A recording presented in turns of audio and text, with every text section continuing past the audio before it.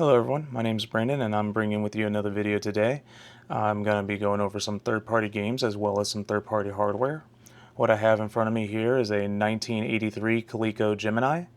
It is a Atari 2600 clone. It is actually a derivative of the ColecoVision Expansion Module 1, which when Coleco made this, however, Atari, sued for patent infringement. It is often said that Coleco won, however, that is not the case. Coleco settled outside of court and became a licensee of the Atari patents. The one I have right here in front of you today, I actually fixed this one myself. It's in perfect working order.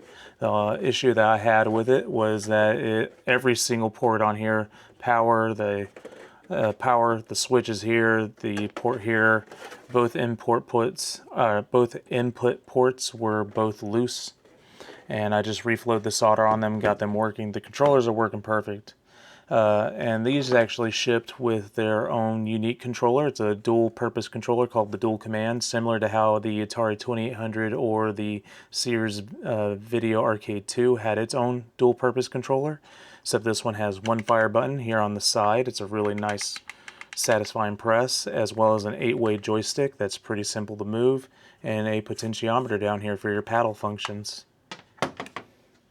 The first game I have with me today is Astroblast. Astroblast, released in 1982, was programmed by Hal Finney and published by Mattel under the M Network.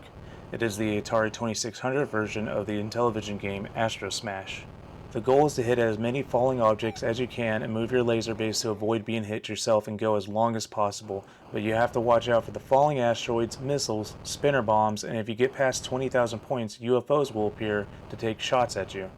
You can use paddles or joysticks to play this game. The right difficulty switch in A position is set to accelerated speed at the same pace as if you were to have a score above 50,000. B is the normal difficulty level. Left difficulty switch in the A is for automatic firing, whereas B is for the manual fire mode.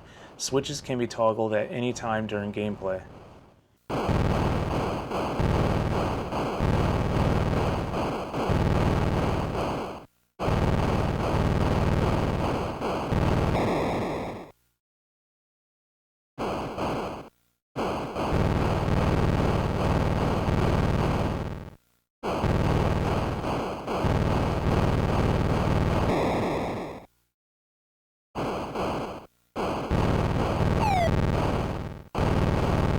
Second on my list is Dark Cavern. Dark Cavern, released in 1982, programmed by Hal Finney again, published by Mattel under the M Network. It is the Atari port of the Intellivision game Night Stalker. The object of the game is to avoid the blobs, spiders, robots, and destroy as many of them as you can. The left difficulty switch adjusts the game difficulty. B is for normal gameplay, whereas A is for harder gameplay that starts with 4 two-headed robots that come after you from the start.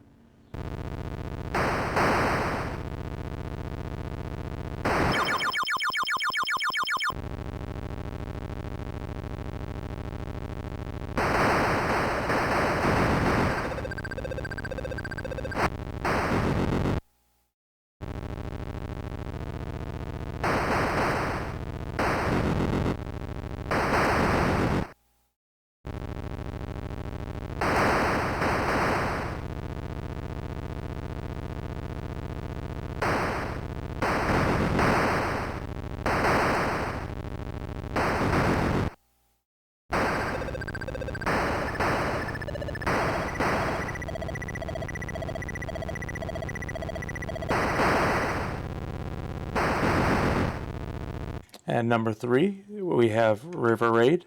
River Raid, released in 1982, and is programmed by Carol Shaw and published by Activision. The object of the game is to score as many points as possible by destroying enemy tankers, helicopters, fuel depots, jets, and bridges before your jet crashes or you run out of fuel.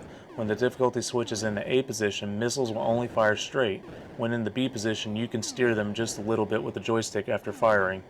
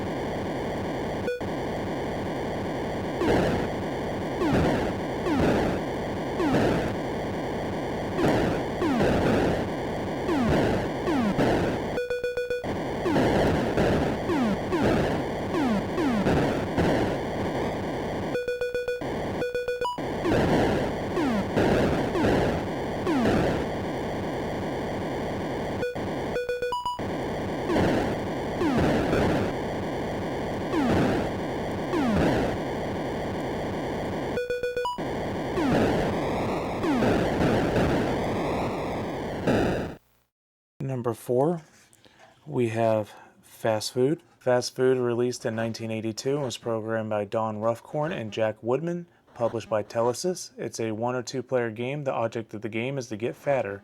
Consume as many calories as you can while avoiding the purple pickles.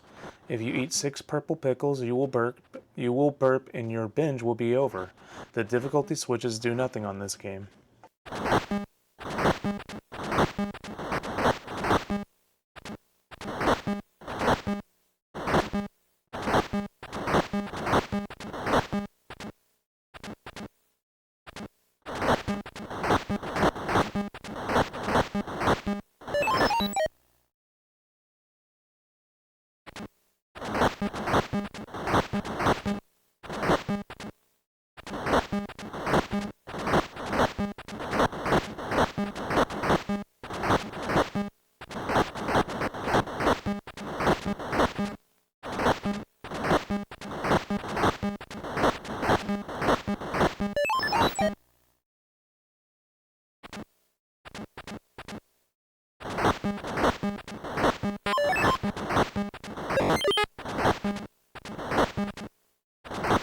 Number 5, I have 2 different cards of this. There's 2 variations I own, and that is Atlantis.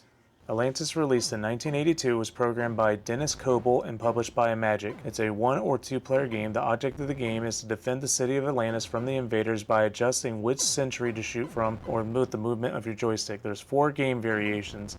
Game 1, 2, and 4 are single player, whereas Game 3 is co-op. Game 1 is normal gameplay with both sentry cannons and the command post to fire back at the invaders. Game 2 disables the command post, limiting the player to just the sentry post. Game 3 is the team version, where the command post is disabled, where one player shoots the left sentry and the second player shoots the right. And Game 4 is the easiest mode intended for children to learn the game. The difficulty switches serve no function in this game.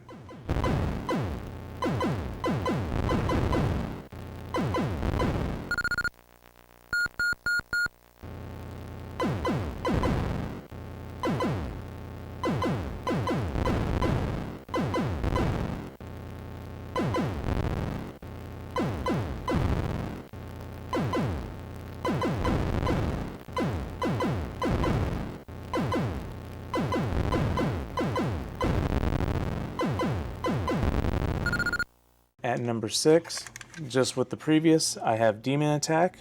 Demon Attack, released in 1982, is programmed by Rob Furlup and published by Magic. It is a 1 or 2 player game with 10 different game modes. The goal is to destroy the demons as they appear in the sky above your cannon and last as long as possible. Game modes 1, 3, 5, and 7 are single player, with 2, 4, 6, and 8 corresponding to 2 player modes. Modes 9 and 10 are special co-op modes. The difficulty switch affects the players individually, with A being for more aggressive demons and B for more passive bombardments from them.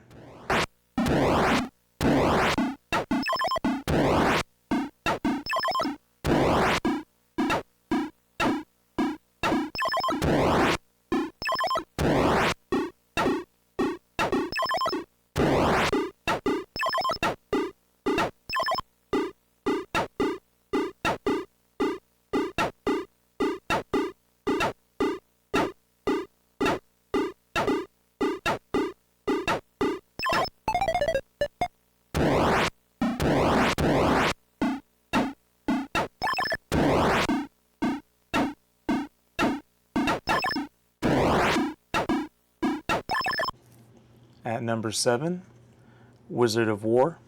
Wizard of War, released in 1982, is programmed by Joe Hellison, published by CBS Electronics. It is a 1 or 2 player game. Unlike most other games that is 1 player, the first player joystick is the right joystick instead of the left.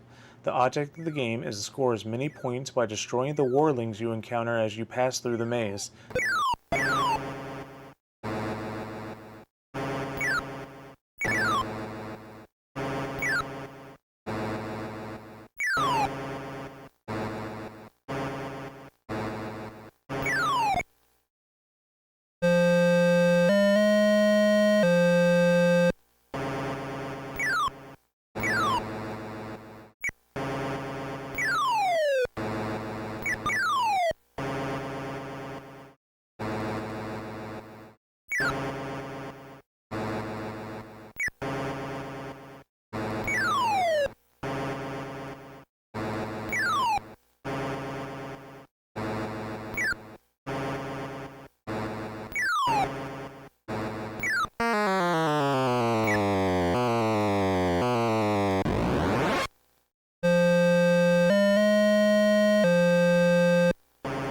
At number 8 is Solar Fox. Solar Fox, released in 1983 and is programmed by Tom DiDomenico, published by CBS Electronics.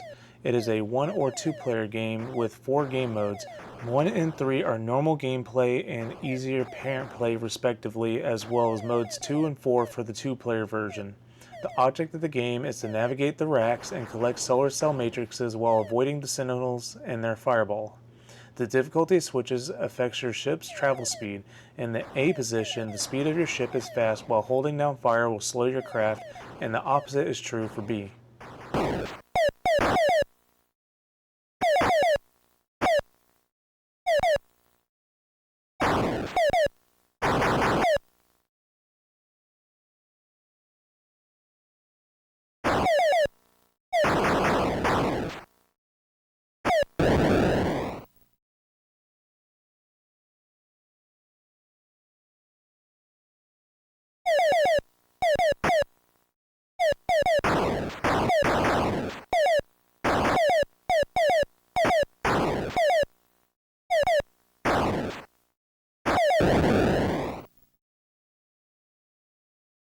At number 9, I shouldn't have to explain this. Everybody knows what Donkey Kong is. Donkey Kong released in 1982 and was programmed by Gary Kitchen and published by Coleco.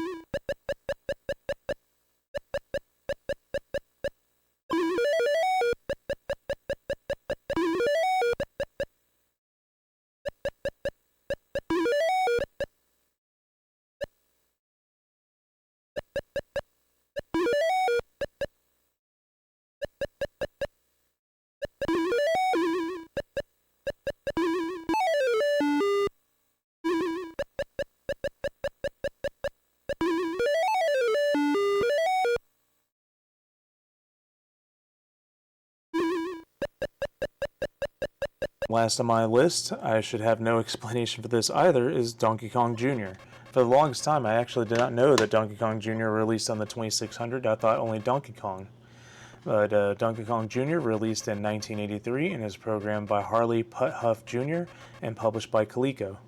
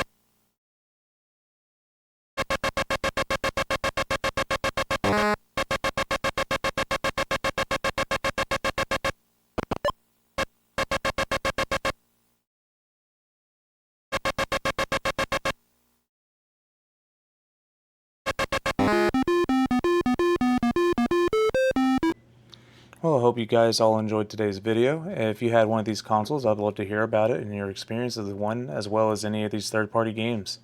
I hope you all have a wonderful day. Just please like, comment, subscribe. Let me know down in the comments below. Have a good one.